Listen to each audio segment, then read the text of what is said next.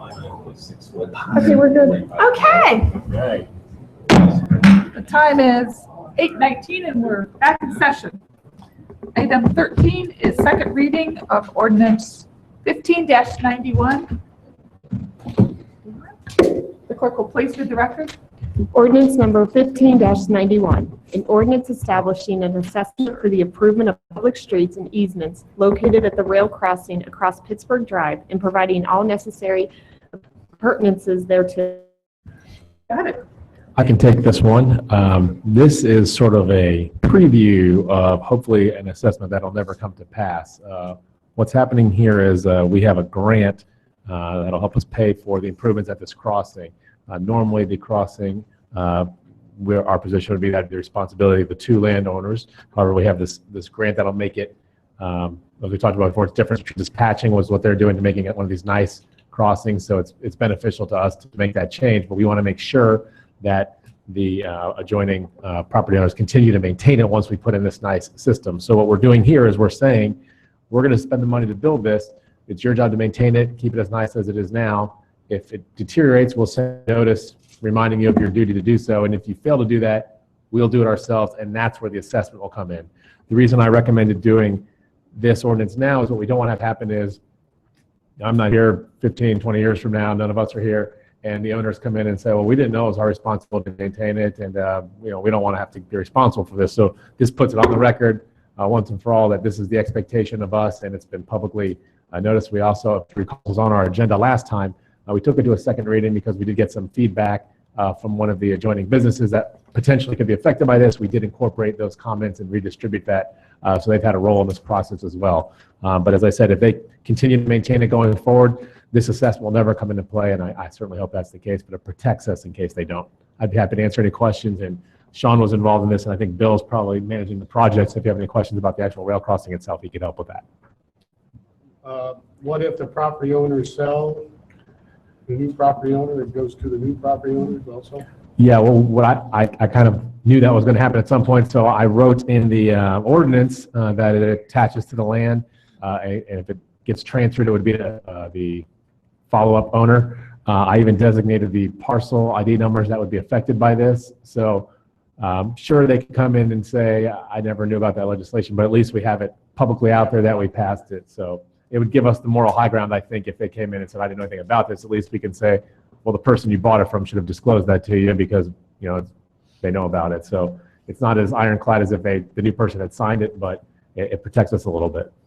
And you will file something at the courthouse so the title searcher sees it? I can, the new owner? I can file it at the recorder's office on the parcels. Thank you. And Darren, the ordinance has been changed to identify the lots, parcels. They were on there before, the parcels were. It was just a question because I don't know a lot about railways, but apparently it's not just a jointly owned rail spur, it's actually two different rail crossings side by side.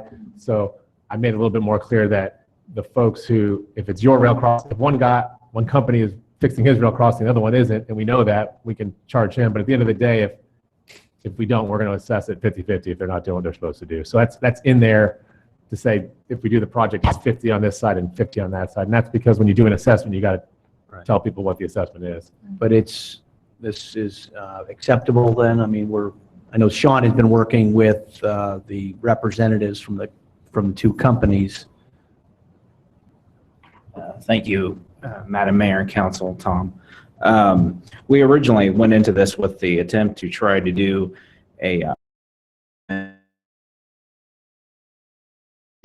as Darren said, there's one rail spur, but it splits off into two crossings across the roadway, and each crossing is technically owned by a separate company. The one goes right into International Paper, and the other one goes back behind International Paper over to Sam Dong.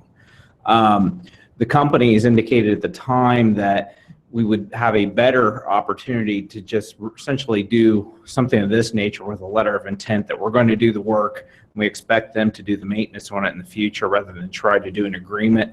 They say if you're going to try to negotiate with our lawyers, two companies, one city, it's going to take a year to try to negotiate a contract that everybody's going to be happy with. So they suggested at the time we do it this way. And that's when we started working with Darren to put together more of an assessment type tool to utilize to get the maintenance done once the rail crossing work is done. But both companies are happy now. Yes, yes. And it'll be consistent, because right now, I believe, there's concrete pad on one of those, and it's rocky on the other one. That's right. Yeah. The Right. western one is more concrete, and the other one is more rock. Yeah, And we have a- initial papers, concrete pad. And we have a bid, we awarded it, so the work is, we just want to get this piece. Correct. We already started moving ahead with the actual improvements.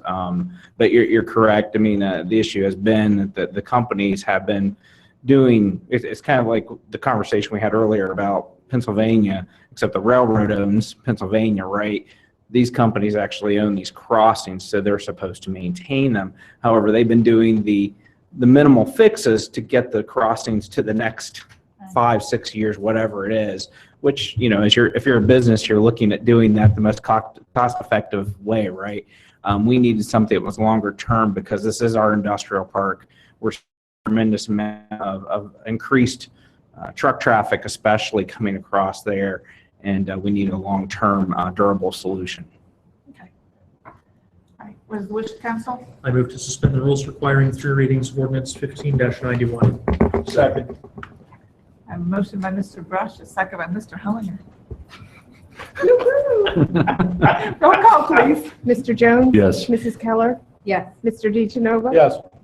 Mr. Brush? Yes. Mr. Schaefer? Yes. Vice Mayor Hellinger? Yes. Mayor Riggle? Yes. I move to enact ordinance 15-91. Second.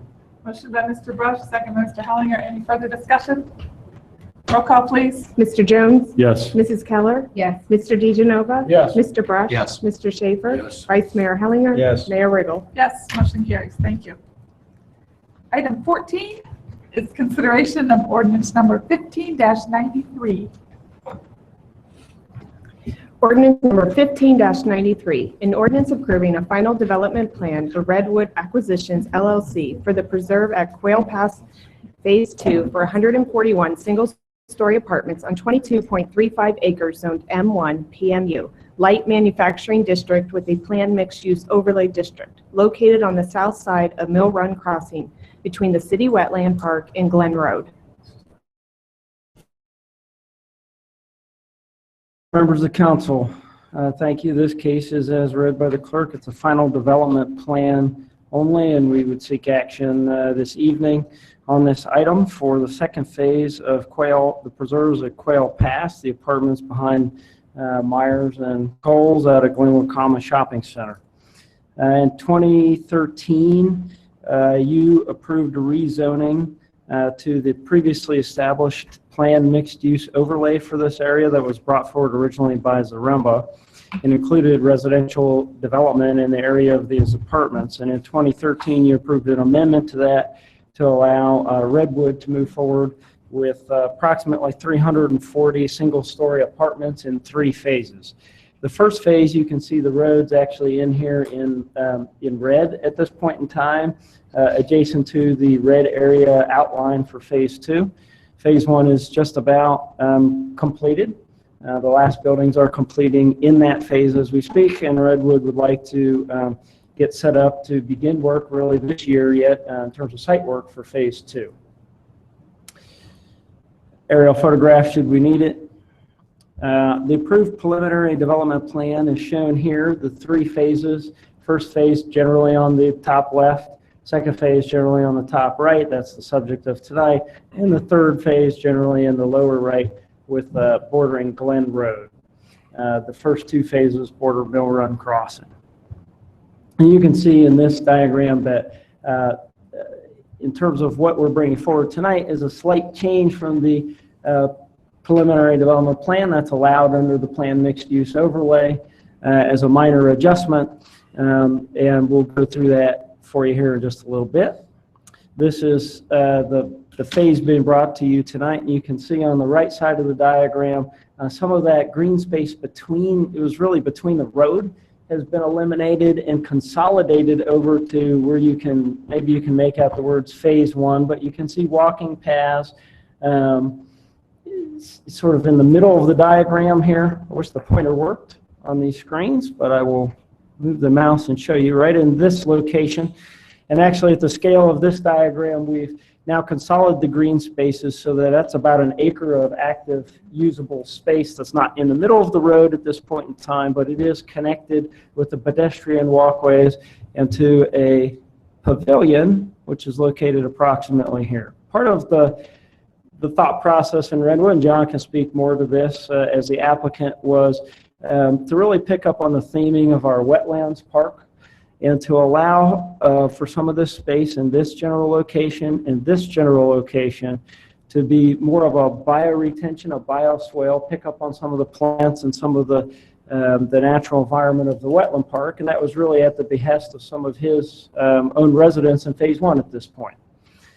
So I think that's a testament to how he listens to his residents, and we can amend a plan, but also to the good presence of the wetland park there and people wanting to pick up on that. In this phase, the first phase was 94 units on 15 acres. This phase is 141 units on 22 acres. And the third phase, which is south of this, south of the Moody Ditch and goes out to Glen Road, would be the remaining 105 units on about 20 acres. You can see two road stubs, which is under construction today, and the one on the right side of the diagram, which will be under construction with Phase 2, will be completed and both go into Phase 3 as well. The Planning Commission recommended unanimous approval of this at their last meeting, as we do as your staff. And I'd just like to say that Redwood, we've worked through some changes here, but I think in the scope of things, they're fairly minor, but they're impactful in very positive ways to the overall development. I appreciate John and Redwood working through those with us. I just note there's a slight change in Unit 2, just to highlight for you. There's two basic units out there, one of which was pretty much developed with this project originally. The ones in blue, and this is in your packet as well, these are the ones that face Mill Run. And again, this is hearing some feedback after Phase 1. These units will really face out to Mill Run Crossing and have front porches and rear load garages. The other units have front load garages. They all have two-car garages. That's one of the unique elements of this design. But there will be significant buffering. It's kind of hard to see on this scale of the diagram, but significant buffering and walking paths essentially to the fronts of those units as well. A little bit more protected space and adding a third different unit type to this development, which overall in 340 units is a positive. So recommend approval. Happy to answer any questions you might have. Any questions for Dave? If the applicant will please give us your name and address for the record. Absolutely. John Lattileer, that's Lateulere, Senior Vice President at Redwood Acquisition. That's 23775 Commerce Park Drive, number 7, Beechwood, Ohio, 44122. Thank you. Do you have anything you'd like to add to Dave's presentation? Just a couple words. I think Dave was pretty thorough. I appreciate the opportunity to sit in front of the council. The project has been very successful for us. The initial 94 units. Currently, every unit is either occupied or under construction. I believe we have 20 units approximately left to be occupied. Of those, 10 of them are leased in advance. So we've been very happy with our successes in Delaware. And, I appreciate staff's willingness to look at the plan with a little bit more of a critical eye going into Phase 2 to say, how can we make changes that are responsive? The number one, I think, amenity for all of our residents that we hear about is the wetland park. We heard feedback from our residents that, gee, it'd be great if some of the wetland park could come into the community, get some, birds and butterflies into the community. So I took that to heart, and I said, how can we reapproach Phase 2 to be responsive to our residents, to create a separate kind of a neighborhood? Our Phase 2 will be a little bit of a separate, distinct neighborhood with some different architecture. As Dave mentioned, we have actually 2 new products on this that were not built in Phase 1. We've got our standard unit, which is similar to what's in Phase 1. The second product is the front porch product out on Mill Run, which, had I had the ability to rewind history, we didn't have this product when we did this project initially. This is a product we developed here in Columbus over in the Hilliard area, specific to one project. We hadn't built it yet. We weren't ready to commit to build it. Now we've built it. It's a great product. And we looked at this, we said, well, Mill Run is a great opportunity to start putting some front doors out on Mill Run to help dress that up as opposed to rear porches or rear patios. So we really felt that was positive. And then there's actually a unit that we prototyped. Building number 1 in phase 1 was the first style we built. It's actually still in framing. We've since improved it and changed it. We always evolve our product. We still build the same thing, 2 bedrooms, 2 bath, 2-car attached garage. But we evolved it, and you will see the second generation of that product in phase 2. We're very excited. It's more of a contemporary, great room design as opposed to the long linear project. So I wanted to thank staff for working through some of this with us. As a relatively entrepreneurial company, very entrepreneurial company, we're always looking at ways to innovate. And in fact, when we talked about phase 2, I'm sure in a year and a half when you see me in phase 2 has been successful. And moving on to phase 3, we'll have other changes there too. Our product is in a constant state of evolution, and that's one of the things that helps to make a community this large really look distinct every time you drive into a different area. But I think that the inclusion of some of those wetland features will be great. And I, as I said, I just wanted to commend staff for sharing the vision and understanding what we were trying to achieve. And I think that this will be a great addition to Delaware and in this area. So thank you very much for entertaining such items. And if you have any other questions, I'd be happy to answer those. Any questions for John? Have you had any comments on with the Glen Road construction for your individuals that live out there? Of course. Overall, everybody gets it's going to be a very large improvement. Every improvement comes with its hiccups. Generally, we're the ones causing those hiccups. So the fact that it's the city causing it was unique for us. But no, I mean, everybody gets what's going on out there. Yeah. Most of them go in and out the traffic signal, though. It's just an easier movement. Yeah. I used to sneak down that way. It's just preference. I sneak in by Kirk Road and up Glen Road and then behind. Yeah, yeah. We were actually concerned about the visibility of the site and how it would do relative to the 36 corridor in there, kind of being buried a little bit behind that commercial. But we've been very pleasantly surprised. Surprised maybe isn't the right word, but pleasantly. We've been very pleased with the traffic we've had there. It's been very responsive. It's been a great community. Very diplomatically put. What's the tenant mix? They're just curious. Apartments, it's one of the first apartment. Sure. And it's a little higher end in terms of price points. What are you saying? I can't speak specific to age or kind of housing tenure. I can say that on average, it's, I will say the incomes that we see in here are well above what you would have to make if you were to qualify for this payment as a mortgage. So we see very good incomes in here, largely 1- and 2-person households. That's probably as close to Sure. Just an added amenity, I'm sure you're aware of, but the city has a dog park that is right down the street there. It's adjacent to the wetlands parks. That's an added feature. We have some great videos on our YouTube channel by Redwood or Redwood TV. I don't know.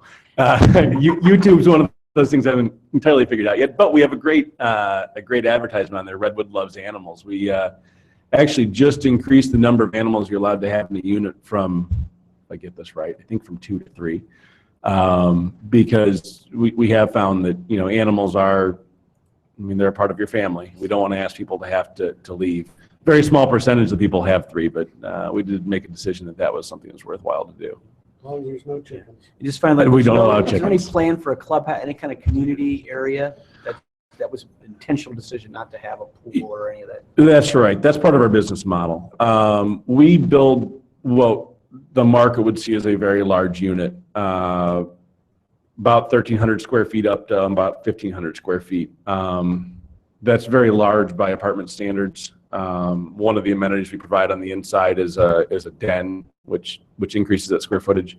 The 2-car attached garage is also an amenity to our unit owners that is not standard to the market, and then no one lives above or below you.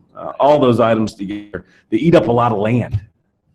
and you aren't left with a whole lot left. So at a relatively low density, we elect not to do that. Anecdotally, in the few communities we've had them, the feedback we've gotten from our tenants has been regardless of whether or not you guys increase my rent as a result of having that facility that I never use, I know you increase my rent to pay for that facility that I never use. So we get feedback from our tenants that they don't want to pay for it. I mean, the money comes from somewhere.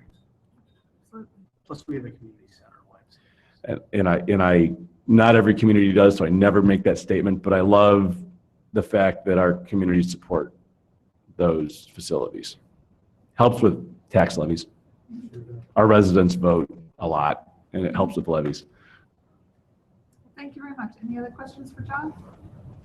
Okay, what is the wish of council on 15-93? Anybody? I move to suspend the rules requiring 3 readings of ordinance 15-93. Second. I have a motion by Mr. Brush, a second by Mrs. Keller. Roll call, please. Mr. Jones? Yes. Mrs. Keller? Yes. Mr. DeGenova? Yes. Mr. Brush? Yes. Mr. Schaefer? Yes. Vice Mayor Hellinger? Yes. Mayor Riggle? Yes. I move to enact ordinance 15-93. Second. Motion by Mr. Brush, second by Mrs. Keller. Any further discussion? Roll call, please. Mr. Jones? Yes. Mrs. Keller? Yes. Mr. DeGenova? Yes. Mr. Brush? Yes. Mr. Schaefer? Yes. Vice Mayor Hellinger? Yes. Mayor Riggle? Yes. Motion carries. Madam Mayor and Council, thank you very much. Thank you. Good luck. Yes, 15, 16, 17, Okay, if all 3. Elaine, if you'll read 15, 16, and 17 all together. Absolutely. Ordinance number 15-94. An ordinance approving a rezoning from R3 one-family residential district to B2 central business district with text limitations for the Delaware County Board of Commissioners for a new county courthouse located at 110 North Sandusky Street, just south of the Hayes Building on approximately 1.99 acres. Ordinance number 15-95, an ordinance approving a combined preliminary and final development plan for the Delaware County Board of Commissioners for a new county courthouse located at 110 North Sandusky Street, just south of the Hayes Building on approximately 1.99 acres in Zone B2 Central Business District with text limitations.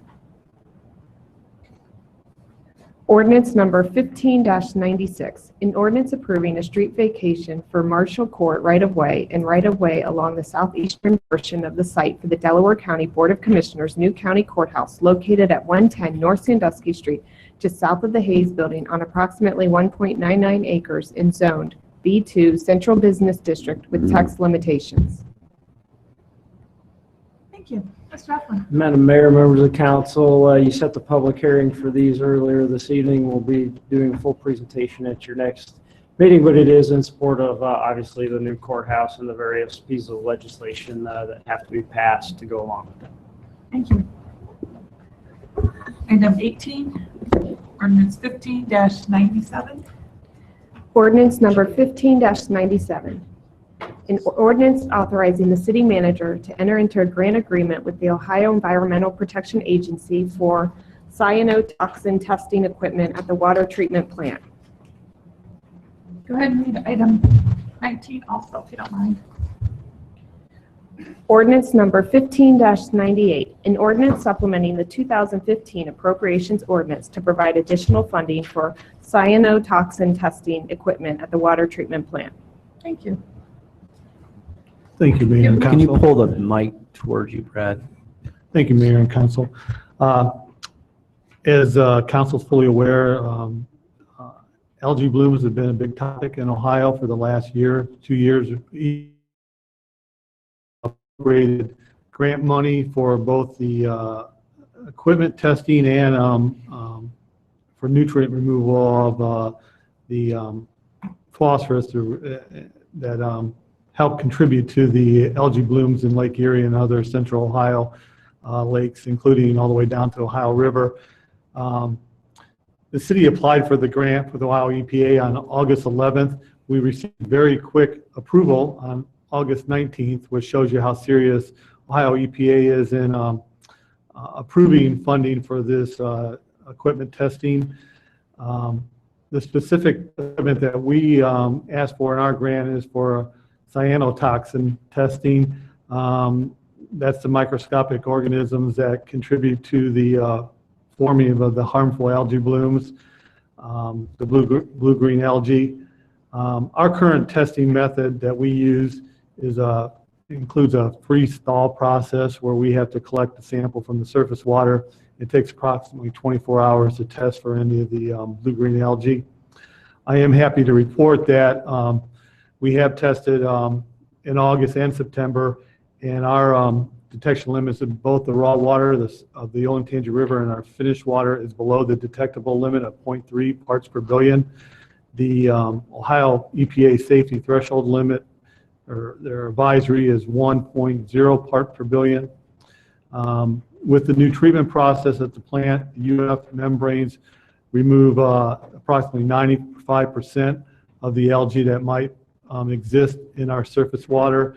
The NF membranes would remove the remaining, so we are ahead of the curve in terms of the treatment process when it comes to algae testing. The equipment that we're going to buy is actually a portable monitoring sensor that we can stick into the Olentangy River or any of our finished water and actually get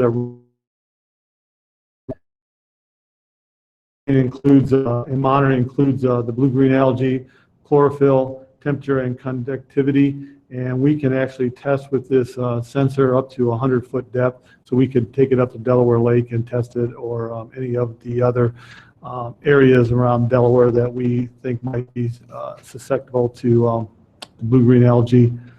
The grant is in the amount of $30,000. We did receive the maximum amount. The equipment that we're looking at purchasing from YSI is in the $25,000 range. We would, since we do have up to $30,000, we would ask for a request with that equipment, some additional sensors, and also training of the equipment, and then some extra cases and stuff so that we can make it more portable. And so we would expect to use the entire $30,000. The supplemental is required that we would need to purchase the equipment up front, and then we would get reimbursed from Ohio EPA once we purchase it and submit our receipts. I'll be happy to answer any questions. Good job on getting the grant. Yeah. Thank you. Any questions for Brad? Brad, perhaps you mentioned this, but are we under a deadline to pass this legislation? No, that's why there's not an emergency. We do have, we were notified of August 19th to accept the grant. Therefore, it's not an emergency clause. We can take it to another reading if we need to. Well, I think we have to just pass this tonight. I don't see any reason to wait. I move to suspend the rules requiring 3 readings of ordinance 15-97. Second. Motion by Mr. Brush, second by Mr. Schaefer. Roll call, please. Mr. Jones? Yes. Mrs. Keller? Yes. Mr. DeGenova? Yes. Mr. Brush? Yes. Mr. Schaefer? Yes. Vice Mayor Hellinger? Yes. Mayor Riggle? Yes. I move to enact ordinance 15-97. Second. Motion by Mr. Brush, second by Mr. Schaefer. Any further discussion? Roll call, please. Mr. Jones? Yes. Mrs. Keller? Yes. Mr. DeGenova? Yes. Mr. Brush? Yes. Mr. Schaefer? Yes. Vice Mayor Hellinger? Yes. Mayor Riggle? Yes. Motion carries. Thank you. I move to suspend the rules requiring 3 readings of ordinance 15-98. Second. Geez, I got nobody or everybody. Motion by Mr. Brush, second by Mr. Schaefer. Roll call, please. Mr. Jones? Yes. Mrs. Keller? Yes. Mr. DeGenova? Yes. Mr. Brush? Yes. Mr. Schaefer? Yes. Vice Mayor Hellinger? Yes. Mayor Riggle? Yes. I move to enact ordinance 15-98. Second. Motion by Mr. Brush, second by Mr. Schaefer. Any further discussion? Roll call, please. Mr. Jones? Yes. Mrs. Keller? Yes. Mr. DeGenova? Yes. Mr. Brush? Yes. Mr. Schaefer? Yes. Vice Mayor Hellinger? Yes. Mayor Riggle? Yes. Motion carries. Thank you. Thank you. And item 20 is consideration of 15-99. Whenever you get caught up, you'll read that, please. Ordinance number 15-99, an ordinance authorizing the city manager to enter into cooperative agreement with the Ohio Department of Transportation for the installation of an overheight detection and warning system in advance of the CSX Railroad Bridge over State Route 37, West Central Avenue. Thank you. Okay. Madam Mayor, members of council, I'll be brief in comments. I think we've talked about this a number of times. This is just the enabling legislation required to enter into using federal funds. So that's basically what's spelled out before you. We've talked before about the $215,000 grant we have received through ODOT safety funds. This final documentation will allow us to have access to that funds. It's 100% reimbursable, that all of our expenses will be paid up to $215,000. And we believe that's more than sufficient to purchase the equipment and install that. The design for the project will be, as we've talked before, will be through in-house staff, as well as bidding and managing the project.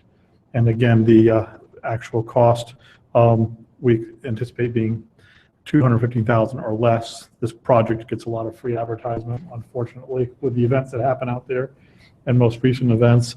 If there's any specific questions regarding the program or the project that we haven't already addressed in prior communications, I can do that tonight. Tom just wanted to give me present just a couple brief pictures to explain how this works.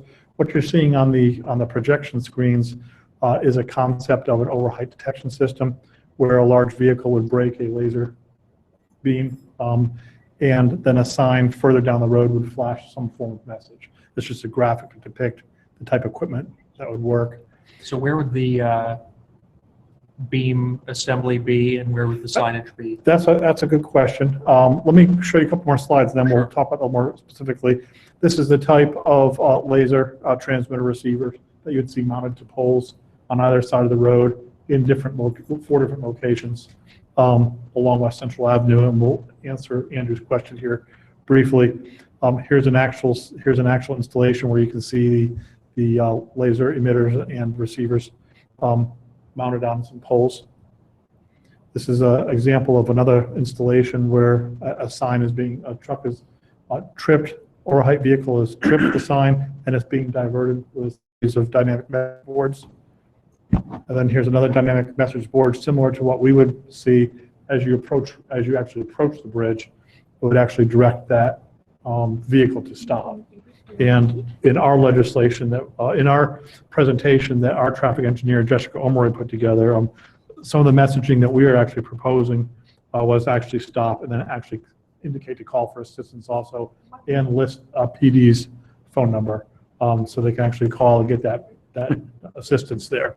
Not Bruce's cell phone. Not the Bruce's chief's cell phone. I think it needs to say, stop, idiot. So the question in terms of Hi. what would happen, there'd be two sets of signage in each direction. The obvious sign, the detection right before the bridge on both approaches would be anywhere from 50 yards or so in advance of the bridge. That you'd have a set of the detection lasers and then a set of the dynamic message boards that would turn on when the beam is broken and tell that vehicle to stop. The reason why we want it dynamic in terms of being off at all times except when the beam is broken. So you can capture the attention of a driver with something that changes suddenly in their field of view. What's kind of astonishing is when you read, at least if there's any truth to the comment in the paper, that the fellow driving the most recent truck was on his phone and ignored the signage. How true that is, I don't know, but we have flashing signs and plenty of warning signs down there, so it's hard to imagine you could actually miss all those signs. Dynamic messaging is set up to have a sudden change in your field of view as you approach it, and suddenly there's flashing lights and flashing messages. That's why this type of installation has 60 to 75% effectiveness in reduction in incidents. So you have signs on either side of the bridge, obviously. Next set, if you're going eastbound out by Troy Road, there'd be another set of detectors and signage that if the trucks continue to ignore the truck route on Houck Road and get that far, then a similar set of signage would turn on and direct them up Troy Road and up to Pennsylvania Avenue to miss the Central Avenue. And similarly, coming westbound, we could have the same type of signage at Liberty Road crossing or at Euclid. The final details, we haven't designed it yet, but that's what the approach would be, is to find a location to appropriately turn vehicles. So all the signs we currently have would still... Some of them would be replaced. Some of them are still required in terms of this truck routing and the all the legislation requiring low vehicle clearance signs would still be required as well. So would the lasers be coming westbound, would the lasers be before Liberty? Because I guess my thought is, Yes. once they get down to the bridge and they stop, now we've still got a traffic problem. Yes. Because now we gotta get them out of there. So. Yeah.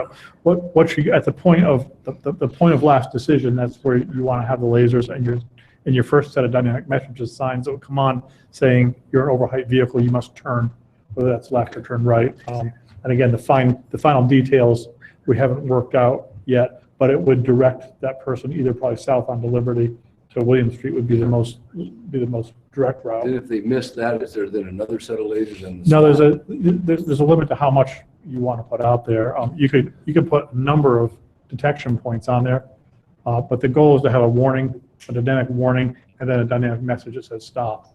And I guess my confusion is, are we gonna have a message board that diverts the trucks, or are we gonna have one that stops them before they go to the bridge? so the first set will attempt to divert, Okay. and the second set will say, stop, call for assistance.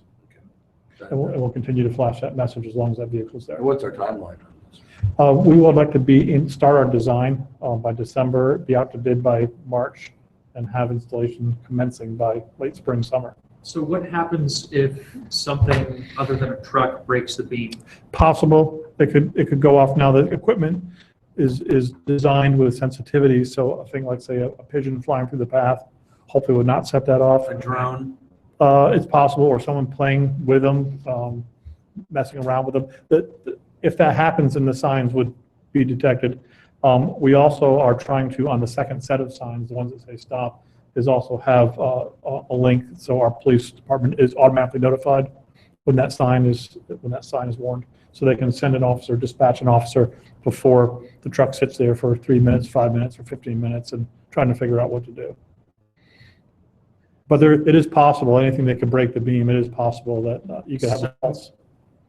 I mean, I guess it would just be a false positive, so that would be so bad. Something that I think we ought to consider would be some sort of legislation to establish a fine if a truck gets to the point where. It's actually already in there. I didn't realize that when I know there's a fine if they actually if hit they, the bridge. it's less, but I was actually looking up when the gentleman brought up the question earlier. I just looked at that section, so I have it right here. And I'm sorry to interrupt you, Councilman, I did look it up. Sure.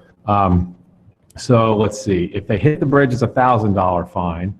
If they get so close to the bridge that it must be backed in the roadway or turned around in the opposite direction to avoid coming into the bridge, it's a $750 fine. And if it gets so close, it has to be stopped and turned into like a, I don't know, roundabout or something. It looks like it's like a $200 fine. So there's different fines for different things, but I don't know if that's ever been cited that way. Well, so that was what I was going to say. If we already have the legislation, we just want to make sure that our officers are aware of that, so that if they are dispatched, if a truck goes past the second sign or whatever, that they, are issuing a citation in that circumstance. I think we just, I don't know, how long ago was it, Darren, that we changed that?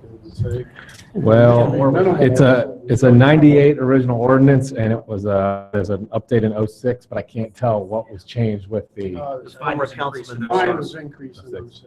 Wasn't it 300 and we went to 1,000? Yeah, 300 or 500 would be done. Does it need to be more?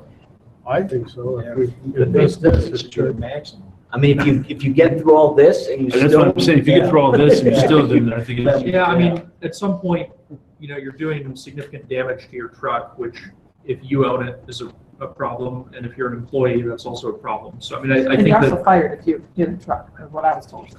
If Yeah, you're I mean, I would driving for assume- somebody else, you're fired. I would assume that would be the case for most employers. So, I mean, I think that the downside potential is already pretty significant. I don't think that going from 1,000 to 1,500 is going to be the thing that, now all of a sudden, I don't think anyone's doing this because they think that it's only $1,000, it's not a big deal, So, I mean, it seems like the signage really is something that might actually change behavior.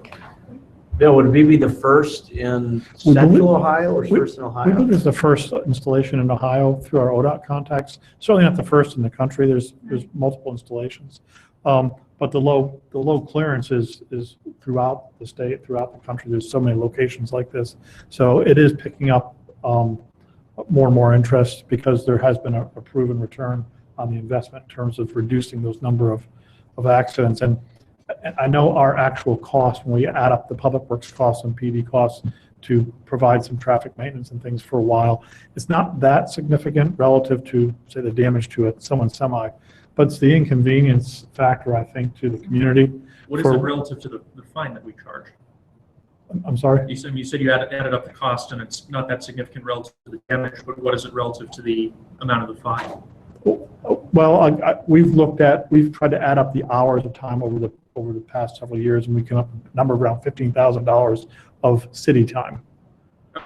You don't necessarily. Not per per incident. No. You'd have to break that out. Not per incidence, but, it's staff time for a few hours, cleanup time, things like that. And it doesn't have, it's not thousands of dollars every time it happens. It may be hundreds of dollars, maybe $1,000. But it's far more impactful, I think, to the community than traveling public to have a road closed or the It's delays. so inconvenient, especially when that's the drive that you have to get to our hospital. Correct, If our squad needs to go through our fire truck, we have a real problem. right. Would there be and kind of going back to what it said there in the paper, but obviously if they are oblivious to these flashing signs and they've already missed the lights, the other signs that are there, would it be possible also, in addition to that fine, citing those drivers as distracted driving? I mean, obviously they're distracted, they didn't see the darn thing, or is there just a stupidity clause? We've advocated for that for years, but so far haven't been able to get past.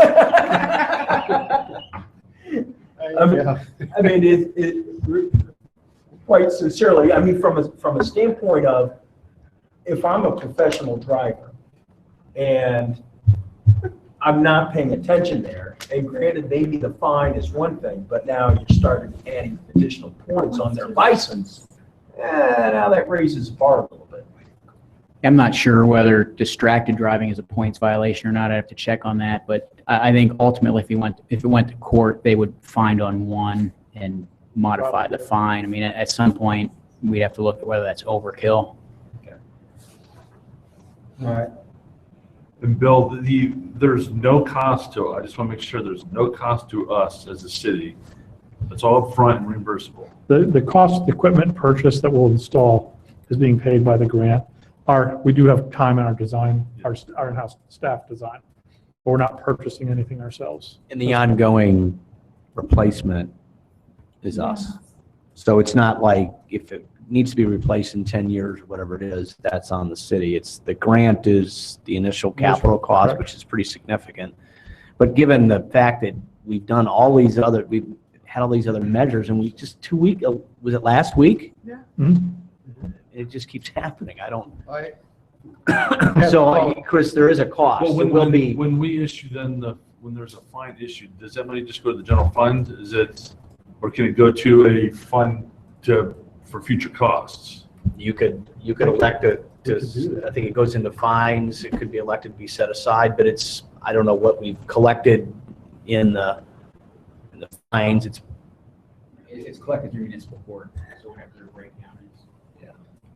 And it would become like any other equipment, any other signalization equipment, or the Hawk Signal outside Station 303, that we adopt these new technologies and we maintain them through our. Okay, so what's the 10-year estimated cost and something like that to us? So now we're talking that we do have a cost long-term as a city. Any estimation on what that would be?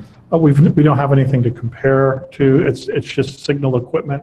So a lot of the cost, foundation, poles and things like that, you're assuming those are going to have a substantial life cycle. Things like the electronic components may have a 20-year life cycle, just like our signal equipment, and they're susceptible to lightning strikes or power failures and surges, just like any piece of electronic component.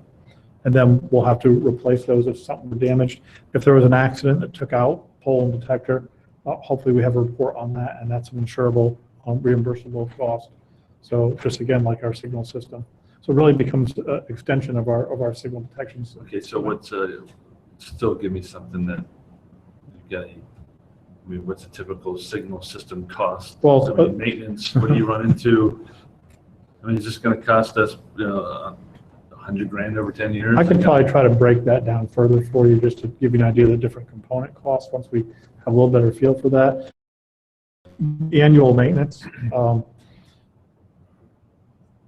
it's really a very static system. Probably the most expensive component is likely the dynamic message boards. And those will periodically will require LED bulb matrix replacement. And an entire panel may be a $1,500 item, $2,000 item that have to be replaced maybe in 10 years. I'm really just throwing numbers out here. Yeah, sure. But there are some significant components to the system. But we don't anticipate these becoming annual maintenance items either. Okay. Or we wouldn't be recommending the system if we thought we'd be putting $5,000 a year. Well, I guess into it. that's why I would suggest that at least a portion of funds go into some sort of fund to pay for that.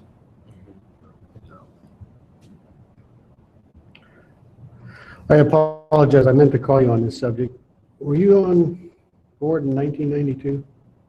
No, I was not. You weren't, okay, so I really can't pick your brain in. 1992, I'll just give you a little bit of history. We went to ODOT. ODOT came back and they said it would cost us $350,000. And we didn't have any grant at that time.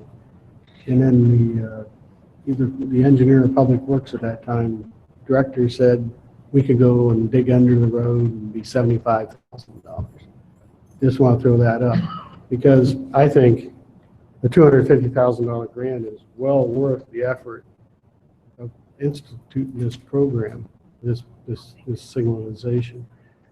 I know after the truck was hit, someone said, why don't we just put a big flashing sign there and then increase the fine? But I was glad then that we had this and we had the grant coming. And I think, without a doubt, I think it's going to improve that area. But I agree, Chris, I think maybe I don't know how we can do that in the court to put that aside in the fund. Hopefully we're not going to collect any money. Hopefully this is going to solve the problem. We won't have any. When was the last one other than last week? There was one, last year one? Oh, no, there's been a couple this year already? Yeah. Okay, I didn't know, if it's 2 or 3 a year. The last one in our report was in March of this year. I think there's been 2 since then. Okay, so that's 3. But the feasibility of lowering it. The cost is substantial. It's an estimated $250,000 to lower that much of the road. But that would only provide the clearance there, and what that would not do is make additional road improvements that would be needed on Central Avenue to take the load of the increased truck traffic. Well, the public works director or the engineer, I don't know which one made that statement in 1992, it would cost the city $75,000 to lower that. Then I looked at my notes and I got boxes of this stuff. Mr. Robert Roller was the man that put the thing in, and there was an area in there which you could put some kind of a deck plate and you could lift that up.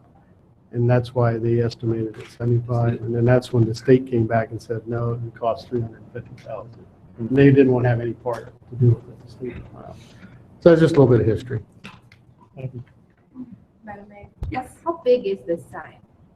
Again, we don't have the exact details, but the sign's got to be, I'm just going to throw out there a size of maybe around 4 by 4 foot by 4 foot. I don't have specifics because we haven't designed it yet, but it's got to be sizable enough that as you approach it, you can see it going along at the posted speed down through there. And then explain. Somebody's front yard. Right. Yes, it will be in the right of way in that area. That's correct. What won't be added was some of these have sirens and things like that. We won't add those types of devices to it, especially considering we don't want those things going off at nighttime. But there will be significant there will be signs there that most of the time will be dark, and so they won't be flashing. I mean, when it's lit. Yes, when I say dark, I mean they're not dynamically activated. But when an overhead vehicle is detected, they will come on. So hopefully, these signs are there, but they're just like a static. Is there a final sign like on the bridge? This is it. We don't want to put these type of expensive signs on the bridge where they could actually get hit, so they'll be off to the side. But there will be still the same signage required by the code on the bridge that has the clearances. I'm just trying to picture where these things are gonna go. Yeah. Where They'd be in the. In the tree lot, if there's a tree lot. I know that, but Yeah. Yes, trying to visualize that as, where's the first warning going to be? the first ones will be, I know you said already, but, yeah, going eastbound, there will be just west of Troy Road. okay. So as you're approaching the hospital area is where a set of, It's all right. Residential. yeah, Well, Where the bank is, McDonald's or where and McDonald's those is. dentist office and- Troy Center. But they'll be on the opposite side, right? But how can that be the first one? Because That's that's the first sign, the first dynamic sign. There'll be additional signs, but the static signs that are there now that talk about truck route, low clearance signs, that will still be in place. But the dynamic sign that says your overheight vehicle, you need to turn here. And that's only goes on when it's triggered. Yes. So it's not like it's flashing all the time. It's only flashing when it's, so how far from the sign are these detectors? Again, it's a somewhat a function of your speed too, because once you detect, you want the sign far enough ahead that the truck driver has ample time to get the message and make the change. So again, we don't have those engineering done yet, but it's, I'm going to say it's going to be in the magnitude of, probably at least 100 feet, maybe 150 feet out in front of that vehicle. So the time he detects it and you continue to drive forward, that sign starts to activate, he's got an opportunity to read that sign and respond accordingly to the message. So it might be out in front of Carlisle or down closer to Wheelers, and then the actual sign would be maybe across from McDonald's or something like that. Turn. Going east.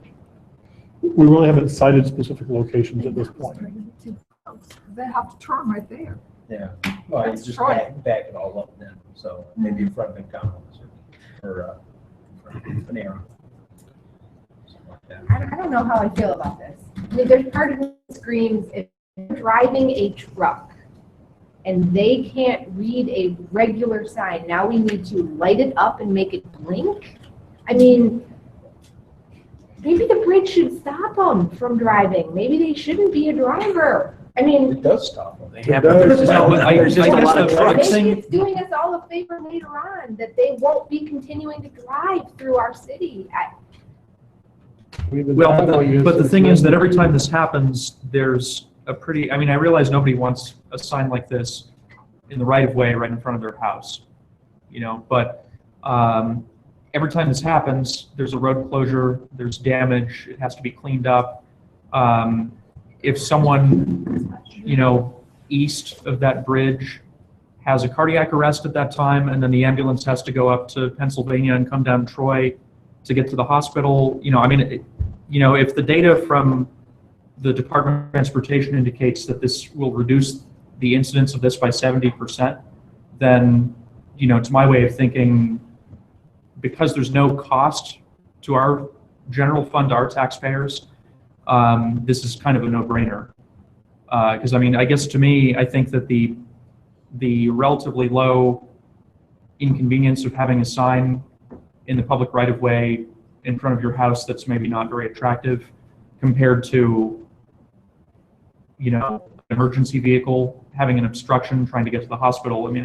I think that's a pretty small price to pay. No, the aesthetics of it are a concern, but that's not my major concern. My major concern is just, it's to me scary that someone would be driving a truck and say, I was on the phone, so I didn't see the sign. I don't know how you regulate that. I don't know how you stop that. You don't. That's just it. Did he get a ticket for being on the phone as well? I'm not sure what happened with that. I was in interviews all day. I don't know, how could you get a ticket for being on Well, if he admitted to being on the phone. the phone? I think it's a lot. The more appropriate charge would probably be hitting the bridge. And when you're in a truck, you're supposed to be hands-free. Yeah. So there should be, Well, but it's not holding a piece of plastic up to your face that's distracting its conversation. Right. So I mean, it's kind of, I think also just to build on Councilman Brush's point is there's also other safety factors at play. You have that sidewalk is right next to the road, and there's a lot of times we have that debris pile up on the sidewalk, and I think we've been lucky that no one's been hit. And you also have other vehicular traffic that so far we've not had any major issues with people being hurt from that. I can tell you firsthand, it was last fall, my son and I witnessed a truck hit that and the debris blew. There's kids walking, up towards school and lucky that didn't hit somebody. Do we have more of them going east through it or west? No, more are westbound. I've never seen one eastbound. Yep. It's always westbound. I've seen one once. I didn't really- Yeah. it seems like most of I don't know. Boy, this last one, he peeled it. Yeah, he really hit it. Keep on going, that's why I can't figure out. Lisa, in specific answer to your question, I see Jessica has in her information on what was proposed was a 72 by 48 inch dynamic sign, which is a little bit bigger than the size of this tabletop right here. And again, the size is really relative to getting the lettering height enough that it does work. Can trucks come down Troy Road and turn left on Central?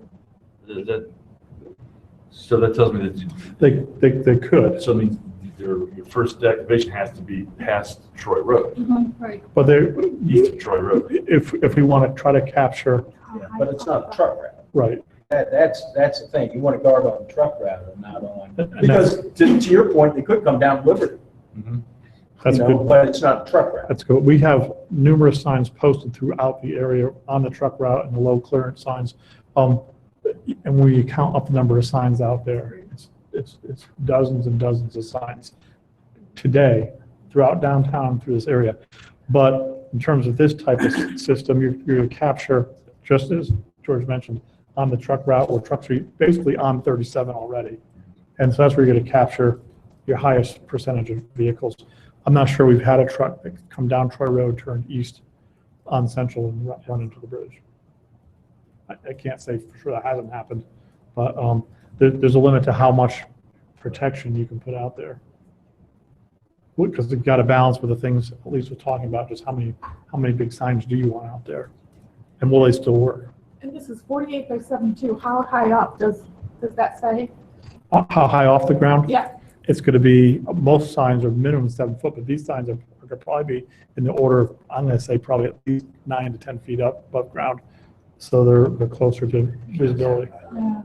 They're going to be very similar to probably some of the wayfinding stuff we'll be putting downtown in both size and in height. No brand on there or anything. No branding on it though. Okay.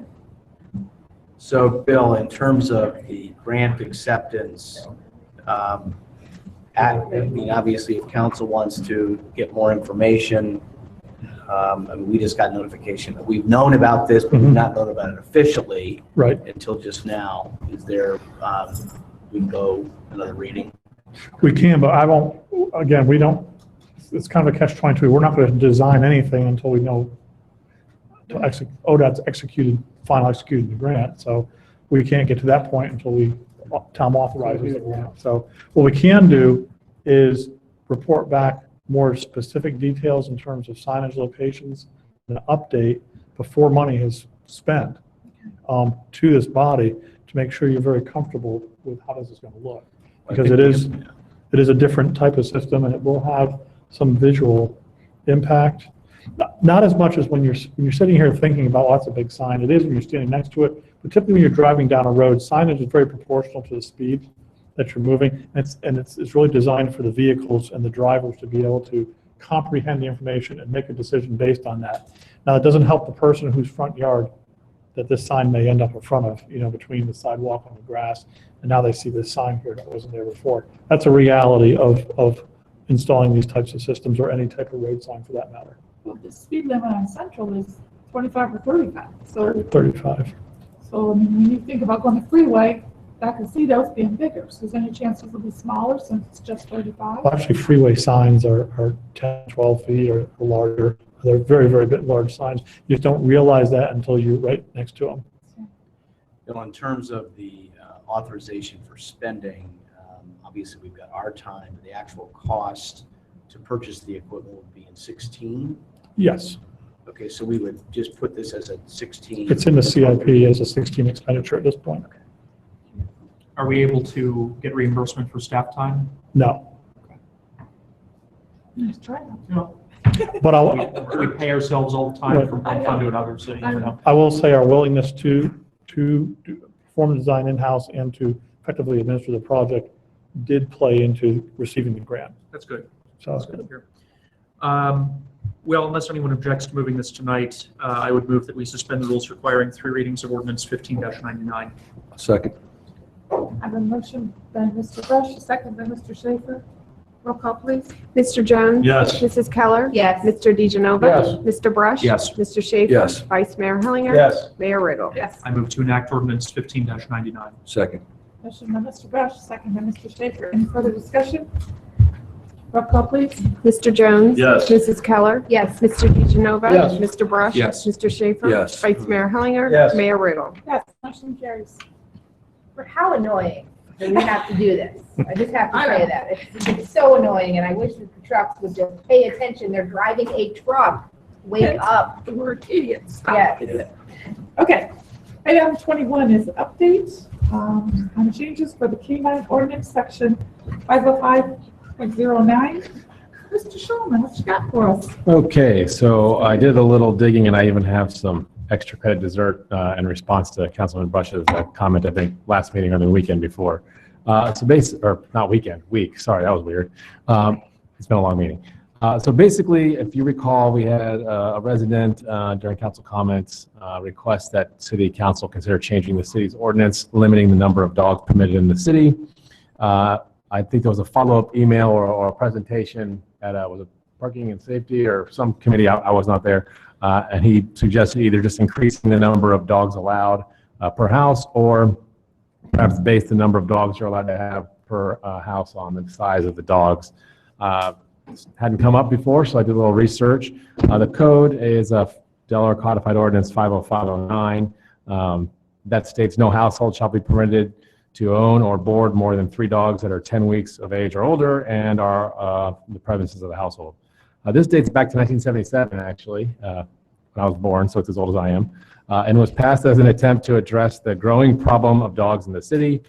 I guess I was reading through the legislative history. One resident expressed concern about people using their dogs to harass others. The record doesn't exactly indicate how that current number was reached, but there was testimony by an animal control officer that said approximately 25% of the houses in the city had 2 or more dogs. So I guess they're kind of saying, well, 2 or more will go to 3. That didn't give me a lot of information, so I did a survey of the cities just doing research on all their sites. From what I found, there are a lot of similar ordinances out there, so we're not off on a branch on our own. Grove City actually has a 3-pet limit, I believe, which includes combination of dogs and cats, so it's actually more restrictive than ours. Then Upper Arlington and Hilliard allowed 4 total pets, which I thought might be more open than ours, but they actually have cats and dogs both included in that number 4. In some ways, that could be considered more restrictive than our current ordinance, because if you're a current owner with 3 cats and 2 dogs, you've been fine all along, and now all of a sudden you'd be in violation of a revised ordinance. So again, adopting ordinances like that just increase the number but throw in cats that those, like other cities would have, would actually possibly have unintended consequences for existing families right now. I also was looking, I didn't see any examples of an ordinance that based the number of dogs you could have on size. I thought about it a little bit. It didn't necessarily surprise me, because I think the reason this instance came up because the dogs were barking, so it doesn't really matter how big they are. It's really what effects they're having on neighbors. Based on the length of time and sort of my survey of the area cities, my personal recommendation is not to change the current ordinance, because I think we're accidentally going to step on existing situations that we don't even realize with unintended consequences. I think it's been in place so long that we haven't had lots of problems with it. There's not an outpouring of support. We've had 1 member, but I think the other folks who might get swept into changing the number and throwing cats in might cause us a lot of difficulties. That teaser on cats is Councilman Brush did ask about what to do about cats. There was a constituent who had the neighbor's cats that were causing problems in her yard. I will say this, I did go back and confirm our nuisance ordinance, which we often apply to dogs, also would apply to cats. One problem, I think, in enforcement is that cats tend to kind of just be around and you don't know whose they are. You don't know where they came from. They might be feral cats. However, if someone could say, my neighbor's cat's over there all the time coming to my yard and causing problems, it would fall under our nuisance section and we could enforce it. That is an opportunity. Basically, if the if the cat deposits excretory matter on private property other than that of the animal's owner, damages property, or attempts to bite or otherwise harm a person or domestic animal, just like a dog, we can go after the owner of that cat as well. So we do have some existing language in place that could protect us, but it's harder to go much deeper than that because it's hard to know who the cats are. But there is some recourse for the potential person who would know who the cats are, owners are. I'd be happy to answer any questions. I'm sorry, it's actually more in depth and less in depth at the same time. And I don't know what council's looking for, but. So the current code says you're allowed to have how many? Three. Three dogs. Does it say anything about cats? No, we don't have any, it doesn't mention cats. And then the resident who spoke this lieutenant is asking for what again? Four. Well, the resident. They have four, and actually then there was also a conversation, and I don't know if it was the chief might have brought it up. I forget who it was, but they said, well, you can also then get a kennel license. But 4 or more is supposed to be a kennel license. yeah, but if you have a kennel license, then I would assume you would have to be in a district that's zoned to allow a kennel. Right. Which is not a residential district, So again, that would not, unless we're just gonna say, well, you get a kennel license and still be in a residential area, which because we actually have zoning for kennels. And what is that, Dave? Come on, pull that out. I think you're right. I think it's not as easy as just getting a kennel license. I look into it a little bit afterwards. I don't recall the specifics, but it's not that easy. But I think the issue with doing multiple dogs by weight is that's a fluctuating value. It's just, just to cut to the chase, this is such a low frequency, low priority issue that we'd be opening up a can of worms for something that's really not a problem. So can we, just kind of going back, when you look at 1977, I graduated high school. It's a very good year. It was a very good year. But back when I was growing up, it was quite common for people, let's say, if you had a dog, most people didn't keep their dogs in their house. Either they were running at large or you had them chained up in your garage or something like that. They weren't, I guess pets were kind of viewed more as it's an animal. Whereas today, a lot of your pet owners are, they call them their fur babies, they're this or that. They're very personalized and they've personified their animals. They really are. They're part of their family. And so now you see more and more people having dogs and cats in their houses versus being chained up. So I guess from a perspective standpoint, if I had 3 dogs and they were just, in my fenced backyard, I could see where they could have the potential to be more of a nuisance versus if I have 3 or 4 dogs in my house, they're not going outside, no harm, no foul. I guess that's kind of, and I think that's where the resident that brought this forward, that was their contention. They typically don't leave their dogs out. They left, 1 or 2 of their dogs out, went out. These dogs barked, and rightly so. Then they called, the police saying it's a nuisance. It seems to me, George, the point of the ordinance is we're living in a city residential area with houses close to one another, and there has to be some controls over how many animals and how much of a presence the animals have. And this whole thing wouldn't have come up had there not been a problem with the other neighbors because the dogs on the yard barking.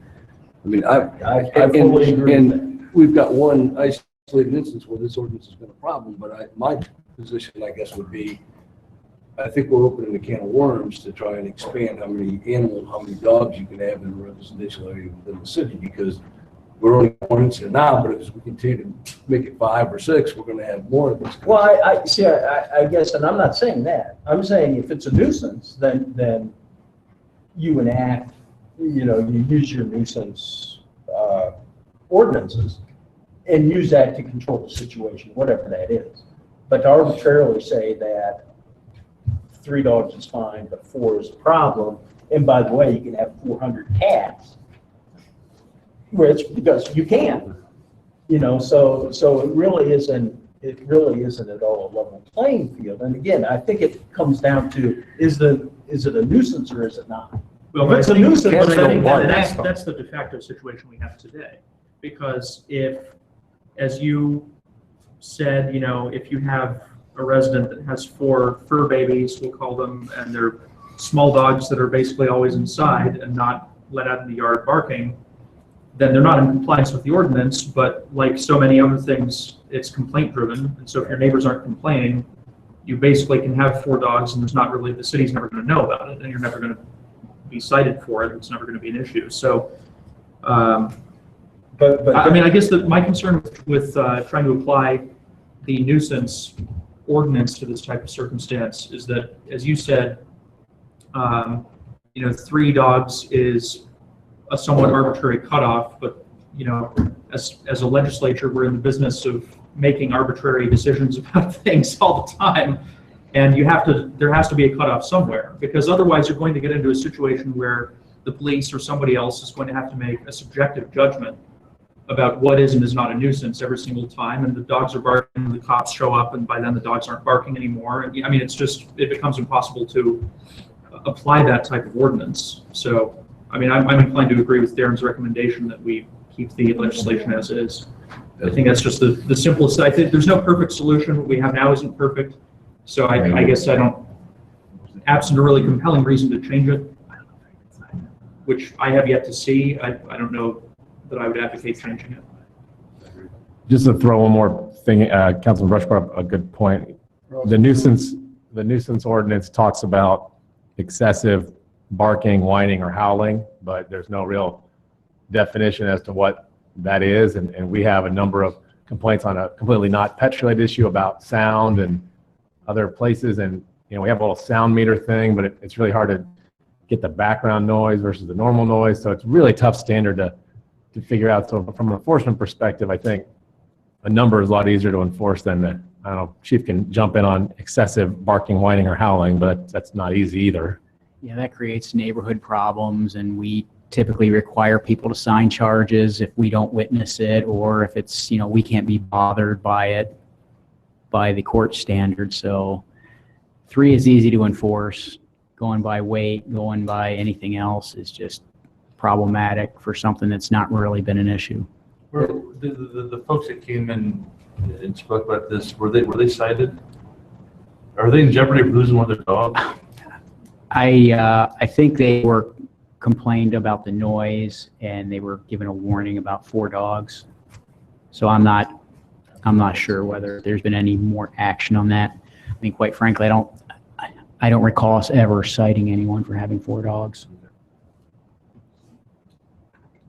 Yeah, so it's kind of a out of sight, out of mind. Yep, okay. Well, I can tell you too that someone's visiting tonight. 1 dog doesn't belong, they only have 3.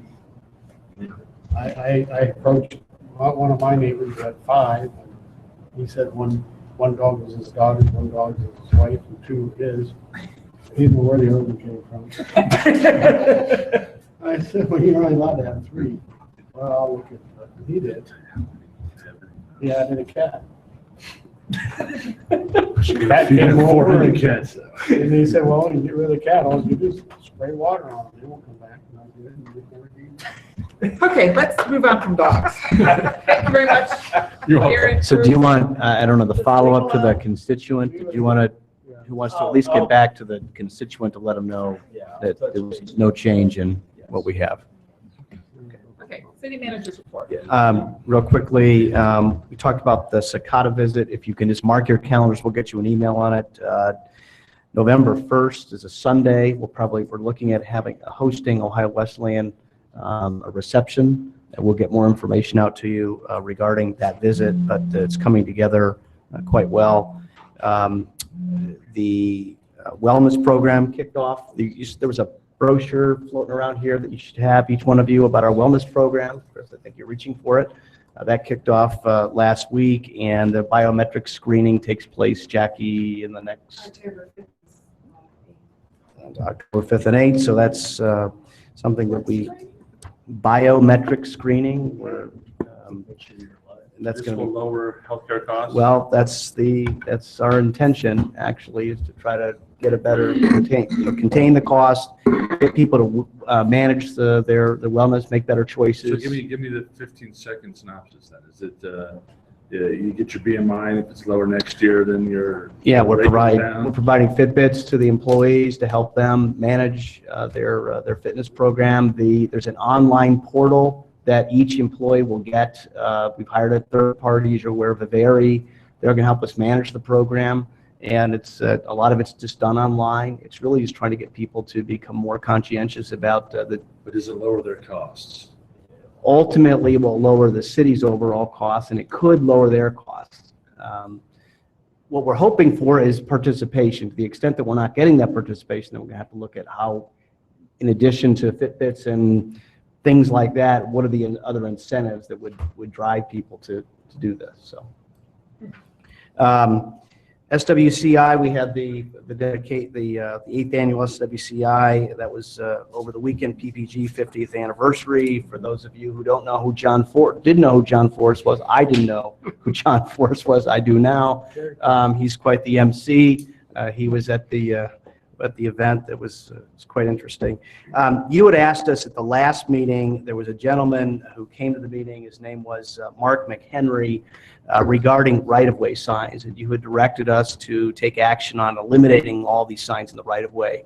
I wanted to have Darren and Dave dig a little more into that. That's going to have some unintended consequences that I want to get back to you folks about with respect to open houses and signs in the right-of-way just generally, and perhaps getting calls from builders, which you might want to get, that might be okay, but I want to at least get back to you with some of the possible compromises that we can have. I saw Mr. McHenry here this evening. He was here just to kind of get the follow-up. I told him we hadn't forgotten about it, but that decision was kind of made on the fly. Just go ahead and eliminate the signs in the right-of-way, and it's not just signs for Pulte homes, it's signs for somebody who might have an open house over the weekend and other kinds of signs that go in the right It's of way. always been there. I can remember as a realtor, if I put an open house sign on, it's gone.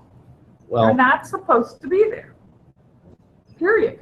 Dave, do you want to add to this? Because we spoke about it earlier today, and this is something where if you want us to just unilaterally do it, I think you will hear without any kind of input. I think it's probably best if It's late. we follow back up with some more particulars. Yeah. But we will. We hadn't forgotten about it, and I just wanted to make you aware of that. And then I will not be at the next meeting. I will be in Seattle at a conference and then visiting my mother in California. So I'll be out that week. Okay. Council comments. Mr. Jones. None tonight, Mayor. Mr. Keller. None, thank you. Mr. DiGianella. I only have a couple. I've been invited to attend a meeting tomorrow. It's preliminary infinite stages of a developer who wants to develop from Cheseron down to 23 Turkey Hill and up Stratford Road in that subdivision area. And since it's in my ward, they thought I should maybe sit in on it. And it's very informal. There's no plans or anything. Probably the first of the year, Planning Commission will be getting it. And it's 75 acres. And there's five or six property owners. 2 of them are in the city, 3 of them are not. And they are going to be looking for annexation for the other 3. Supposedly it's going to be a real nice development, but I'm planning on going to that. Friday the 25th at the fairgrounds, never forget Veterans. We have a dinner there at night. We started out 3 years ago. I emceed it and was a keynote speaker. We had 200. They're anticipating 800 at the tent area. You're all more than welcome to go. It's $10 if you're not a veteran. If you have any children, it'd be real good to take them because it's very interesting. It's very emotional at times. And I wanted to do kudos to the 50th anniversary of PPG. I thought that was an outstanding event. I think maybe send Mr. Johnson a letter thanking you. I think it would be nice and appropriate. And what all they've done for the community. And I talked to a lot of people. There's one lady that's been there for 48 years. And she's still there. And just it was very emotional. I enjoyed that. I thought it was very nice. Food was very good too. Thanks to colleagues that attended it. Those who didn't go missed out on a good thing. Did you get Force's autograph, Chris? Did not. You didn't? He's probably too busy talking. That's all I have. Mr. Bush? Just a couple of quick items. Question for Lisa and/or staff. Did Planning Commission schedule a special meeting? So they'll take up that issue at the next meeting, okay? Yes. I will be unable to, I'm sorry, what? You must have been asleep, but I asked her that earlier. Oh, I just completely missed it. I will be unable to attend the October 5th work session due to a prior commitment.